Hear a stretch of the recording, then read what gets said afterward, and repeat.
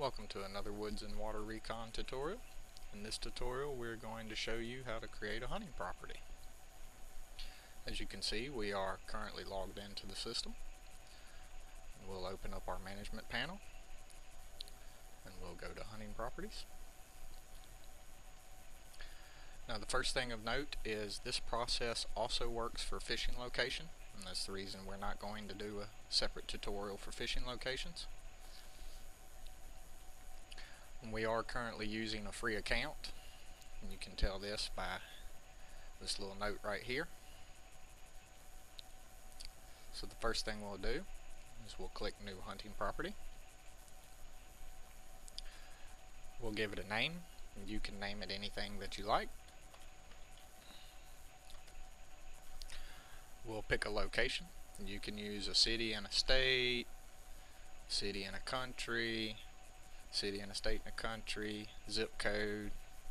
Any combination of those items will work for this.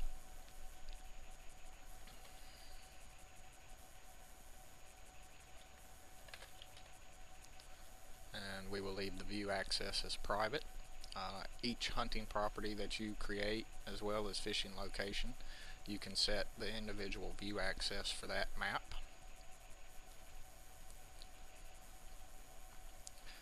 Now, it has been initially created here, and you can see we're now using one of one on our free account here, and we're also not able to create any additional ones.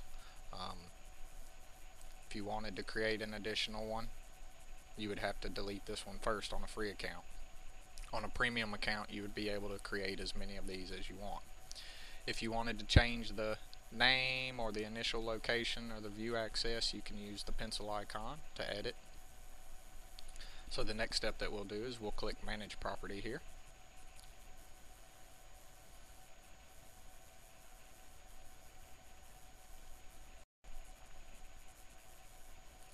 Now some things to note now that this is loaded up. Again, you have your management panel at the top. This will allow you to navigate back to any of the other locations in your profile. We also have this weather panel, and this is the weather and other relevant information for the location that you have chosen. In this case we did Peoria, Illinois. You can also get the 7-day forecast. You can view the sol lunar for that, as well as our prediction. So we will hide this, and now you have the map, and this is where all of the magic happens for your hunting property or fishing location. Again, we're using a free account, and you can see that here we have 5 available data points to us. The other thing you can do is the up arrow here will allow you to make the map full screen and make it a little bit easier to work with.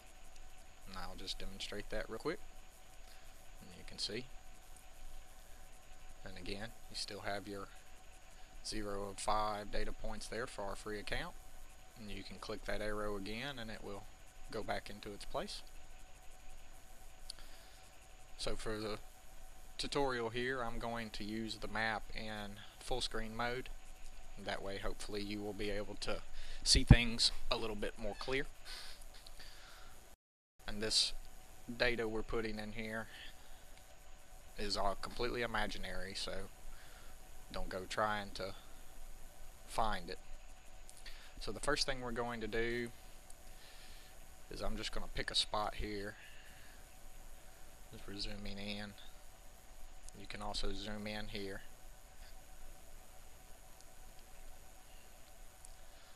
So the first thing I'm going to do is I'm going to use our new layer menu right here on the right, and I'm going to do a property boundary. And now that that's selected, I can just go to the map and I will left click there to start, another left click for a corner, another corner, another corner, and then back to the starting point. And you can see we're still in draw mode, so to exit drawing mode, you click the red X. And now you can see we can drag again and move around the map. You can also grab these points and you can drag them, and you can make almost any shape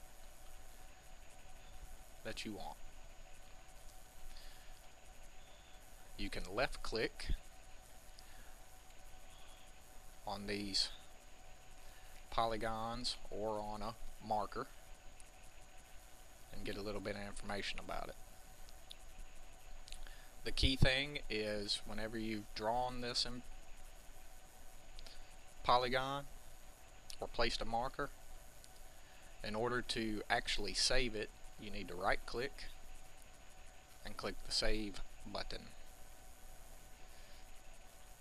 And now that property boundary here has actually been saved to our map. The one other thing that you should do in the initial creation is set a center point. So we'll do a new marker and we'll choose center point, and we're just going to place that kind of in the middle of our property boundary here. We'll stop editing, we'll right click our center point, and we'll save it. So now what the center point does is the next time we come to the map, it will actually start the map at this location in the middle. That's where it will put the map center. So as you saw originally, we started way over here when we first opened the map up. Now we'll start here, and we'll show you that real quick. So we'll put this back to regular. We'll use our management panel to go back to our hunting properties. As you can see, we're still here.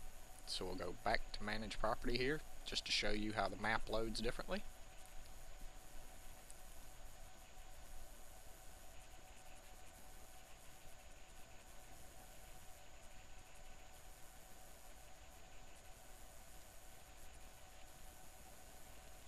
And we'll just collapse that so you can see, and now you can see it has centered this map block right here around that point.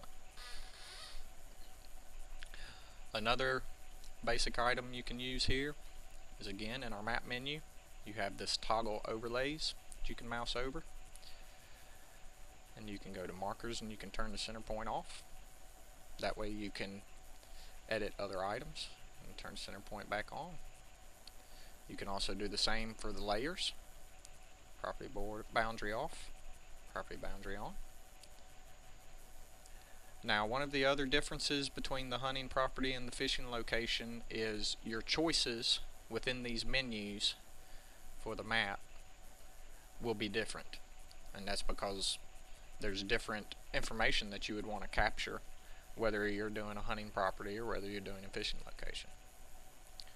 Well, that's going to conclude our introduction to creating a hunting property, and we'll see you in the next tutorial.